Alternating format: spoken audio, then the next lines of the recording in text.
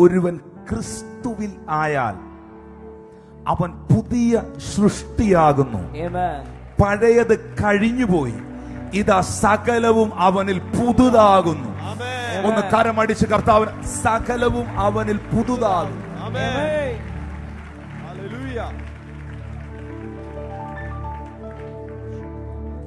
പഴയ പാര വെക്കുന്ന സ്വഭാവം ഇപ്പോഴും ഇല്ലേ? കൈവെക്കണ്ട, പ്രാർത്ഥിച്ചാ മതി. പഴയ കുറ്റം പറയുന്ന സ്വഭാവം ഇപ്പോഴും ഇല്ലേ? ഇങ്ങോട്ടൊരു പണി തന്നാ അങ്ങോട്ട് 8ന്റെ പണി തിരിച്ചു കൊടുക്കുന്ന ആറ്റിറ്റ്യൂഡ് ഇപ്പോഴും ഇല്ലേ? നിനക്ക് എങ്ങനെ പറയാൻ പറ്റും ഞാൻ ബോൺ അഗെയിൻ ആണ്?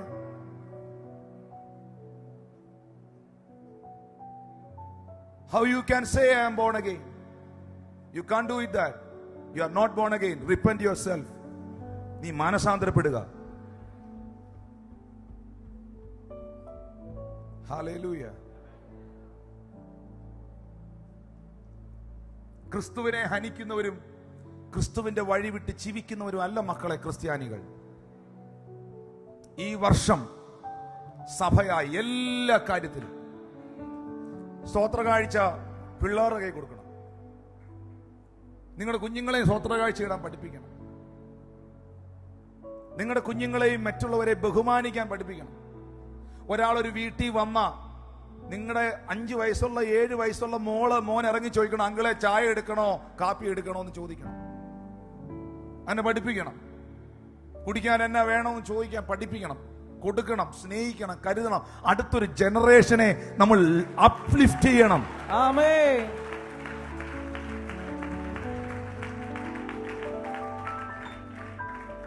ചേർത്ത് പിടിക്കണം. ഇന്ന് അത്രയും വേഗം ഈ തിരുമേശ എടുത്ത് ഇവിടുന്ന് ഓടിപ്പോകാനല്ലേ വന്നേ? പക്ഷെ ഞാൻ ചോദിക്കുന്നു, മനസാക്ഷിയോട് ചോദിക്കൂ, ആർ യു ബോൺ അഗെയിൻ? നിങ്ങൾ മാനസാന്തരപ്പെട്ടവരാണോ?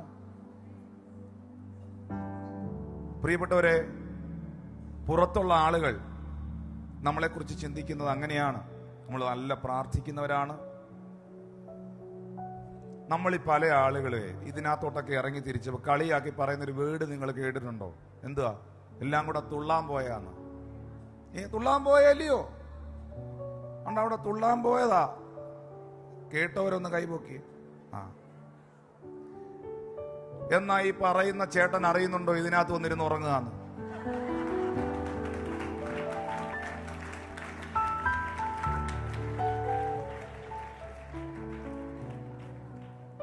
ഹല്ലേലൂയ. അറ്റ്ലീസ്റ്റ് അവര് പറയുന്നതെങ്കിലും ഒന്ന് നടപ്പിലാക്കണ്ടേ?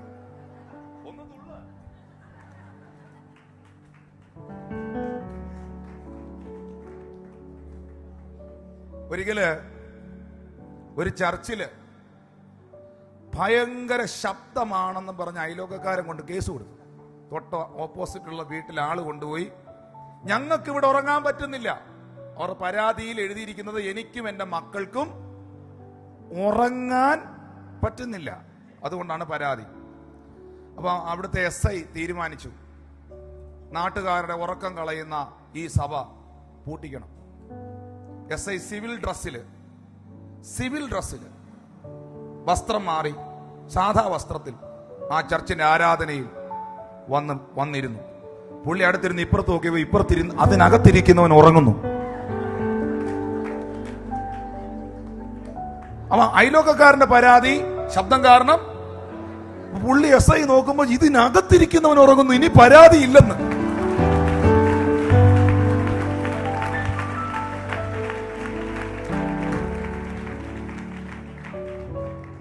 ഹല്ലേലൂയ.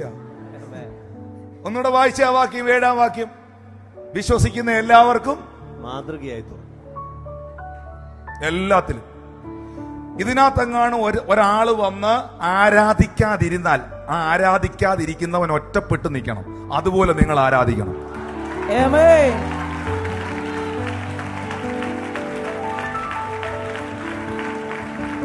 എല്ലാരെയും സ്നേഹിക്കണം, എല്ലാരെയും. നമ്മള് എത്ര പേർക്കാ ഭാഷ വീട് വെച്ച് കൊടുത്തേ? ഈ 36 പേർക്ക് വീട് വെച്ച് കൊടുത്തതിൽ 20-ലധികം വീടുകളും ക്രിസ്ത്യാനികൾക്കല്ല വെച്ച് കൊടുത്തേ.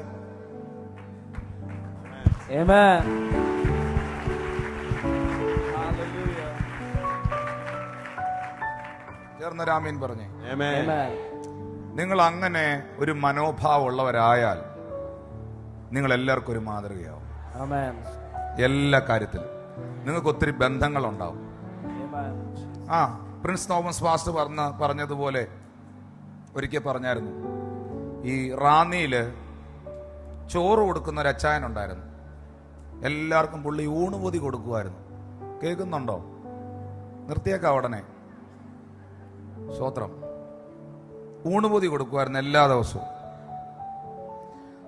ആയിരക്കണക്കിന് ആളുകളായി അച്ചാന്റെ ഇന്ന് ചോറ് മേടിച്ചുണ്ടേക്കുന്നത് റാന്നിയിലും റാന്നിയുടെ പരിസര പ്രദേശത്ത്. വിശ്വാസിയാണ്. അങ്ങനെ കുറെ വർഷങ്ങൾ കഴിഞ്ഞ് ഈ അച്ചാൻ മരിച്ചു. അപ്പോ പാസ്റ്റർമാരെല്ലാം ഇരിപ്പുണ്ട്. പ്രിൻസ് അച്ചാനാണ് അധ്യക്ഷൻ. പ്രിൻസ് പാസ്റ്റർ ആണ് ഇതിന്റെ അധ്യക്ഷനായിട്ട് ഇരിക്കുന്ന ആള്. ലൈവ് ആയതുകൊണ്ട് പുള്ളി ഇത് കാണുമായിരിക്കും ഈ പറയുന്നത്. സ്തോത്രം. അപ്പോ ഈ ബോഡി 11 മണിക്ക് എടുക്കാന്നാണ് പറഞ്ഞത്. ബോഡി നീ എത്ര വലിയ പുള്ളിയാണെങ്കിലും, നീ ഏത് റവറന്റ് ഡോക്ടർ ആണെങ്കിലും, നീ എത്ര വലിയ PhD ആണെങ്കിലും മരിച്ചു കഴിഞ്ഞാൽ ഒറ്റ വേർഡേ ഉള്ളു, ബോഡി. ബോഡി എത്ര മണിക്ക് എടുക്കും? 11:30 എടുക്കും. അപ്പൊ ഇത് നിർത്താൻ പറ്റുന്നില്ല ശവോടക്ക്. ഈ പുള്ളിയുടെ ഇന്ന് ചോറ് മേടിച്ച് കഴിച്ചവരും പുള്ളിയുടെ ഇന്ന് സ്നേഹം അനുഭവിച്ചവരും ഇങ്ങനെ ധാരാളം വന്നുകൊണ്ടിരിക്കുക. അനുശോചനത്തിന്റെ മേളിൽ അനുശോചനം, റീത്തുകളുടെ മേളിൽ റീത്ത്. ആളുകൾ ഇങ്ങനെ ഒഴുകുക പുള്ളിയെ അവസാനം ഒന്ന് കാണാൻ. അത്ര ആളുകളെ സ്നേഹിച്ച് കരുതിയിട്ടുള്ള ഒരാളാണ്. അപ്പൊ ഇതിനകത്തിരുന്ന ഒരു ഇച്ചിരി വഴക്കടിക്കുന്ന ഇച്ചിരി ദേശീയക്കാരനായ ഒരു പാസ്റ്റർ ഉണ്ടായിരുന്നു. സീനിയറാ. പുള്ളി പറഞ്ഞു, എന്റെ പൊന്നു പ്രിൻസേ, മണി 12:30 11:30 എടുക്കാന്ന് പറഞ്ഞ ബോഡിയാ. ഇതുവരെ ഇവിടുന്ന് എടുത്തിട്ടില്ല. ഇത് ശരിയാത്തില്ല കേട്ടോ. ഇങ്ങനൊന്നും അല്ല നിങ്ങൾ ചവോടെ കിടന്നിട്ട്. ഞാനെങ്ങാണ് പറഞ്ഞത് കൃത്യമായിട്ട് നടത്തിയേനെ. പുള്ളി അങ്ങ് വഴക്കും തുടങ്ങി. ഇത് 1:30 ആയാലും ബോഡി എടുക്കാൻ പറ്റുമെന്ന് തോന്നുന്നില്ല. ഇങ്ങനെ പുള്ളി അലയ്ക്കാൻ തുടങ്ങി. പ്രിൻസ് അച്ചായൻ പുള്ളിയെ വിളിച്ചങ്ങ് പുറകെ കൊണ്ടുപോയിട്ട് പറഞ്ഞു, അച്ഛാ ശാന്തമാകും.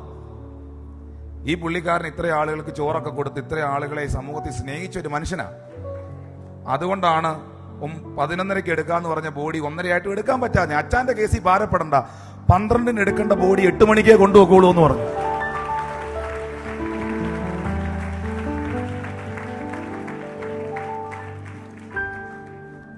അച്ചാന്റെ കേസിൽ ഭാരപ്പെടണ്ട, 12 എടുക്കേണ്ട ബോഡി 8 മണിയാകുമ്പോൾ തന്നെ എല്ലാം കഴിഞ്ഞോളൂ. സ്തോത്രം.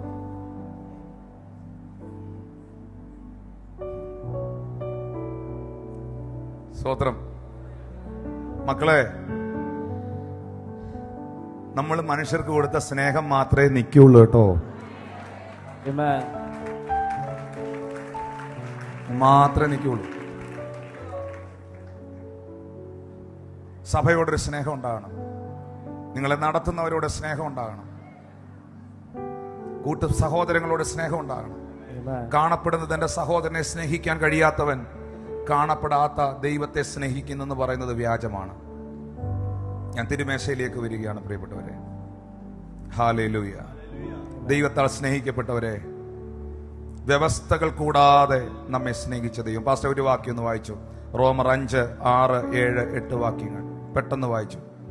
റോമർ 5, 6, 7, 8 വാക്യങ്ങൾ. നാം ബലഹീനരായിരിക്കുമ്പോൾ തന്നെ ക്രിസ്തു തക്ക സമയത്ത് അഭക്തർക്കു വേണ്ടി മരിച്ചു. നീതിമാനു വേണ്ടി ആരെങ്കിലും മരിക്കും ദുർലഭം, ഗുണവാനു വേണ്ടി പക്ഷേ മരിക്കുവാൻ തുനിയുമായിരിക്കും. ക്രിസ്തുവോ നാം പാപികൾ ആയിരിക്കുമ്പോൾ തന്നെ നമുക്ക് വേണ്ടി മരിക്കിയാൽ ദൈവം തനിക്ക് നമ്മോടുള്ള സ്നേഹത്തെ പ്രദർശിപ്പിക്കുന്നു. ഒന്നോടൊന്ന് വായിച്ചേ. ക്രിസ്തുവോ നാം പാപികൾ ആയിരിക്കുമ്പോൾ തന്നെ. നമ്മൾ നല്ല പുള്ളികളായോണ്ടാണോ? അല്ല, അല്ല. ചിലർ അങ്ങനെ സ്നേഹിക്കുന്നേ. അവർക്ക് നമ്മളിൽ നിന്ന് എന്തെങ്കിലും നന്മയുണ്ടെങ്കിൽ അവർ സ്നേഹിക്കും. പക്ഷെ അങ്ങനെയല്ല കർത്താവ് പറഞ്ഞു. ക്രിസ്തു നമ്മെ സ്നേഹിച്ചതുപോലെയാണ് നമ്മൾ സ്നേഹിക്കേണ്ടതെങ്കിൽ കർത്താവ് നമ്മളെ സ്നേഹിച്ചത് നമ്മൾ പാപികളായിരിക്കുമ്പോഴാണ്. പറഞ്ഞ നിങ്ങളിൽ ഒത്തിരി കുറവുള്ളപ്പോഴാണ് കർത്താവ് സ്നേഹിച്ചത്. ഞാൻ ചോദിക്കട്ടെ, തമ്പുരാൻ എന്തെങ്കിലും വ്യവസ്ഥകൾ അതിന് വെച്ചോ? ഇല്ല. മക്കളെ, ഇതിൽ എന്റെ ദൈവം എന്നെ ചേർത്ത് പിടിച്ചെന്നുള്ളവരെന്ന് കൈ ഉയർത്തി കാണിച്ചു. എന്റെ ദൈവം. അതാണ്ട് ഈ മുമ്പിലിരിക്കുന്ന കുഞ്ഞുങ്ങൾ തുടങ്ങി ഏറ്റവും പുറകിലിരിക്കുന്ന ആള് വരെ നിങ്ങളുടെ പേരെനിക്ക് അറിഞ്ഞുകൂടാ, നിങ്ങളുടെ മതം എനിക്ക് അറിഞ്ഞുകൂടാ, നിങ്ങളുടെ ഡിനോമിനേഷൻ എനിക്ക് അറിഞ്ഞുകൂടാ. പക്ഷെ ഞാൻ എന്റെ ഹൃദയത്തിൽ നിന്ന് പറയാം, ദൈവം നിന്നെ വളരെയധികം സ്നേഹിക്കും. ദാണ്ടാച്ചാന്റെ തൊട്ടപ്പുറത്തിരിക്കുന്ന ആ മുണ്ടുടുത്ത സഹോദരൻ, നിങ്ങളുടെ ചില ശാരീരിക അസ്വസ്ഥതകൾ, നിങ്ങൾ അനുഭവിക്കുന്ന ചില രോഗബന്ധനങ്ങൾ, ഇന്ന് പകൽ കർത്താവ് നിങ്ങളിൽ നിന്ന് പൂർണ്ണമായി എടുത്തു കളയാൻ പോകുന്നു. എനിക്ക് സഹോദരനെ അറിഞ്ഞുകൂടാ കേട്ടോ, പക്ഷെ നിങ്ങൾ ഇന്ന് സൗഖ്യമാകുന്നു എന്ന് പറയുന്നു. അതിനൊരു വ്യവസ്ഥയില്ല. ദാവീദ് പുത്രാ യേശുവേ, എന്നോട് കരുണയുണ്ടാകണമേ എന്ന് തിമായിയുടെ മകനായ ബർത്തിമായി നിലവിളിച്ചപ്പോ യേശു ചോദിച്ചില്ല, നീ ഏത് പള്ളിയിലാടാ പോന്നെ, നീ ഏത് ഇടവകയിലെയാന്ന് ചോദിച്ചില്ല, നീ ഏത് കുടുംബത്തിലെയാന്ന് ചോദിച്ചില്ല. അവനെ കൊണ്ടുവരാൻ പറഞ്ഞു. അവന്റെ കണ്ണ് തൊട്ടു കരമടിച്ച് കർത്താവിന് നന്ദി പറഞ്ഞു. അവനെ തൊട്ടു സൗഖ്യമാക്കി, അവനെ സൗഖ്യമാക്കി, അവനെ സൗഖ്യമാക്കി. സ്നേഹത്തിന് അതിരുകൾ വെക്കരുത്, സ്നേഹത്തിന് വ്യവസ്ഥകൾ വെക്കരുത്, സ്നേഹത്തിന് മതിലുകൾ കെട്ടരുത്. സഭയോടും കർത്താവിനോട് സ്നേഹമുണ്ടെങ്കിൽ ഈ 2026 ഈ ദൈവസഭയ്ക്കകത്ത് തഴച്ചു നിൽക്കുന്ന ഒരു ഒലിവാക്കി പരിശുദ്ധാത്മാവ് നിന്നെ മാറ്റും. ഫലം കായും.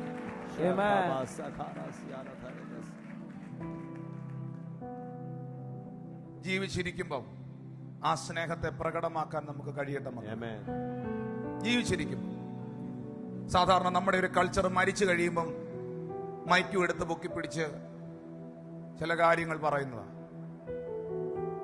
Hallelujah, hallelujah, hallelujah.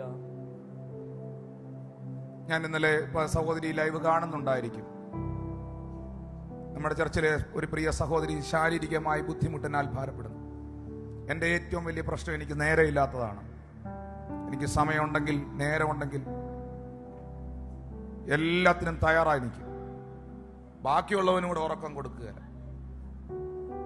ഞാൻ ഇന്നലെ ആ സഹോദരിയെ കുറെ നാളെ ചർച്ചയിൽ വന്നില്ല. ഞാൻ ഇന്നലെ ഒന്ന് കാണാൻ പോയി, ഞാനും ജീനയും കൂടെ. എന്നെ കണ്ടപ്പോഴേ അങ്ങ് പൊട്ടിക്കരഞ്ഞു. എനിക്കും ഭയങ്കര സങ്കടം തോന്നി.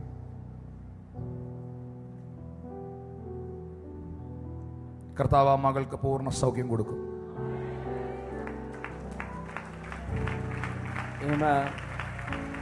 ഞാനൊരു കാര്യം പറയാം.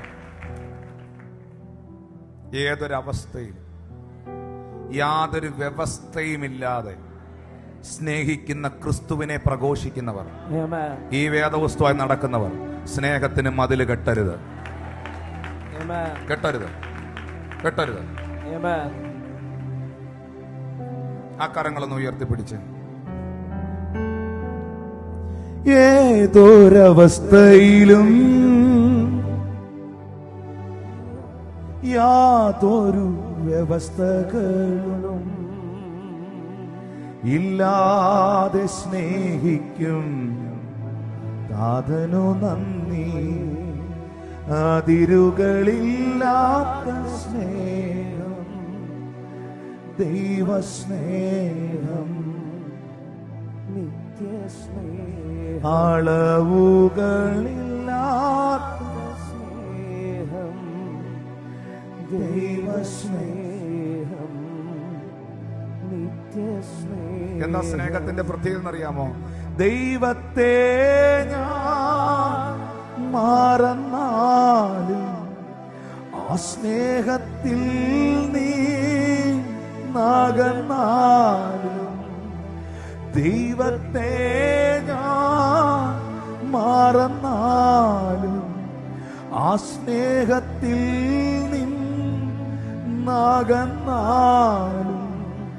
അനുകമ്പാർദ്രമാ ഹൃദയമെപ്പോഴും എനിക്കായി തുടിച്ചിടുന്നു. എന്നെ ഓമനയാ കരുതുന്നു. അനുകമ്പാർദ്രമാ ഹൃദയമെപ്പോഴും എനിക്കായി തുടിച്ചിടുന്നു. എന്നെ ഓമനയാ കരുതുന്നു. അതിരുകളില്ലാത്ത സ്നേഹം, ദൈവസ്നേഹം, നിത്യസ്നേഹം, അളവുകളില്ലാത്ത സ്നേഹം, ദൈവസ്നേഹം, നിത്യസ്നേഹം. അമ്മ എന്നെ